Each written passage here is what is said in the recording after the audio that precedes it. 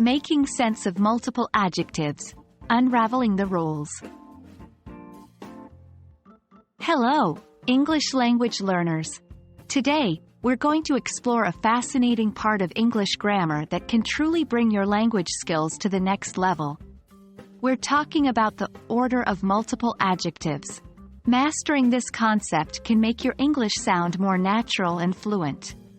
Let's dive in. Adjectives are an integral part of the English language. They're used to describe or modify nouns, giving more detail and color to our language. They can tell us about the size, color, number, or other characteristics of a noun. But what happens when we want to use more than one adjective before a noun? Well, that's when the order of adjectives becomes crucial. There is a common rule for the order of adjectives in English. Most native speakers follow this order naturally without even thinking about it. The general sequence of adjectives is as follows. 1. Opinion or judgment, beautiful, delicious, etc. 2. Size, big, small, tall, short, etc. 3. Shape, round, square, etc. 4. Condition, broken, full, new, old, etc. 5. Age, young, old, new, ancient, etc. 6.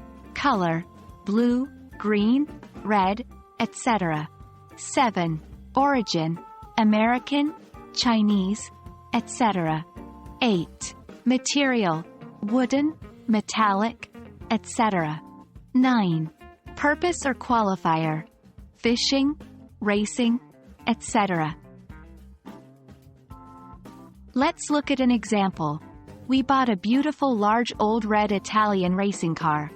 Here, we have 8 adjectives before the noun, car, each adjective corresponding to a category in the order mentioned above. The rule for the order of adjectives is a helpful guide, but remember that languages evolve and are flexible. There are exceptions and special cases. Sometimes, adjectives relating to size, shape, age and color can come in a different order depending on what the speaker wants to emphasize. Also, if you're using 2 adjectives that fall into the same category, like 2 color adjectives, it's usual to use and between them, or separate them by commas. For example, she wore a green and blue striped dress. Ordering adjectives might seem tricky at first, but with practice, it becomes more intuitive.